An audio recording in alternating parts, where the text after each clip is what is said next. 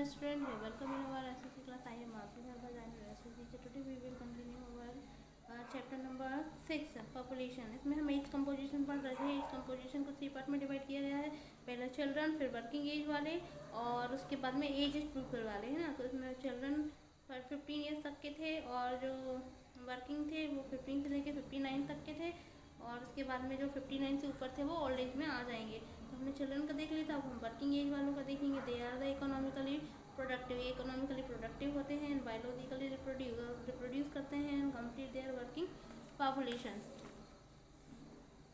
As above the 59 years then can be the economically productive through the they may have the retire। मतलब कि जो लोग retire हो चुके हैं वो लोग इस कैटेगरी में आ जाएंगे। they may be the working voluntary but they are not available for the employment through the requirement and the percentage of the children and the age effect।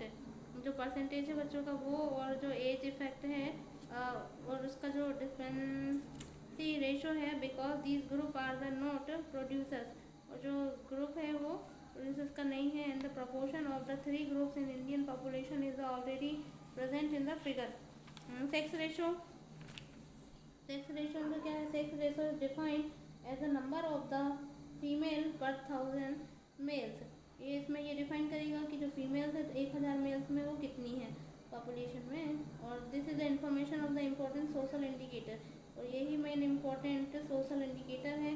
The measure of the extent is equality between the male and the female. और यही mail और female में equality को show करती है in the society given time. The sex ratio in the country has always the remain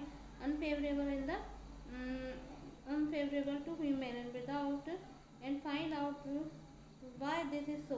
ऐसा क्यों है? And so the sex ratio. जो सेक्स रेशो है वो ये शो करता है। Literacy rate. Literacy is a very important quality of the population. जो लिटरेसी है वो पॉपुलेशन की मेन क्वालिटी है जो कि रेफर करती हैं। Only the informed the education citizen can make the intelligent.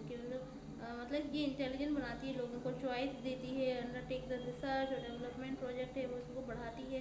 Low level of literacy is the serious obstacle. जो लो लेवल होता है किसी कंट्री का लिटरेसी में तो वो एक परेशानी का सबब बन जाता है economically to maintain.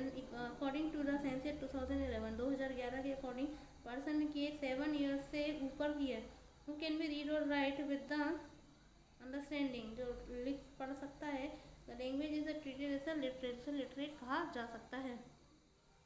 There has a steady improvement in the literacy level in India. हमारे यहाँ पर इसका जो रेशो है वो धीरे धीरे बढ़ते जा रहा है। Literacy rate in country as per the census 2011 73% हो गया है। 80.9% मेल्स एंड इसमें मेल्स का 80.9% है और फीमेल का 64.6% है फीमेल का। And why do such a differences exist. ये डिफरेंसेस क्यों हैं इसको हम अच्छे से समझ सकते हैं। occupational structure। The percentage of the population that is the economically active in the important index of the development and distribution of the population according to the different type and occupation that refers to as a occupational structure and the enormous varieties of the occupation are found in any country। and occupation are the generally classified the primary, secondary और tertiary. जो occupation है उसको भी 3 भागों में बांटा है, primary, secondary और टर्सरी में। Primary activities included the agriculture. Primary activities में एग्रीकल्चर आ जाएगा, animal husbandry, forestry, fishing, mining और फार्मिंग ये सब आ जाएंगे। सेकेंडरी एक्टिविटीज़ में आ जाएगा मैन्युफैक्चरिंग इंडस्ट्री जो बनती है वो, बिल्डिंग, कंस्ट्रक्शन वर्क, ये सारा आ जाएगा। टेरिटरी एक्टिविटीज़ में क्या आ जाएगा? इंक्लूडेड ट्रांसपोर्ट और communication, commerce and administration and other services जो है वो टर्सरी में आ जाएंगी।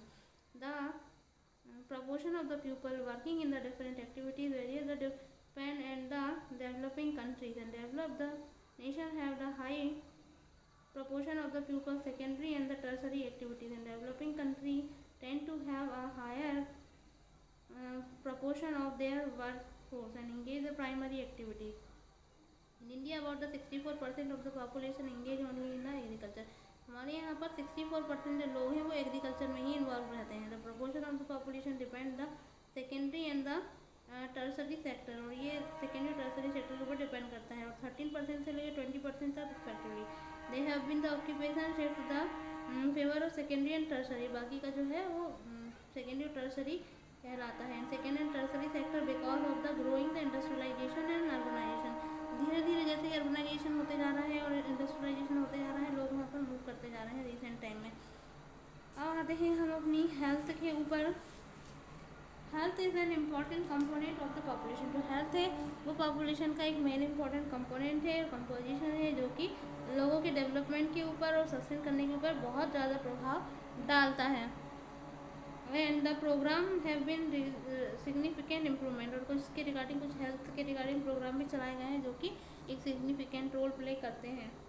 The improvement in the health condition, हमारे यहाँ पर जो हेल्थ कंडीशन है वो धीरे धीरे इम्प्रूव हुई है। हमारी इंडिया की पॉपुलेशन में डेथ रेट जो है वो धीरे धीरे कम हुई है, और बर्थ रेट जो है वो इंक्रीजेस हुई है। It's enough for today, we will continue tomorrow. Thank you so much.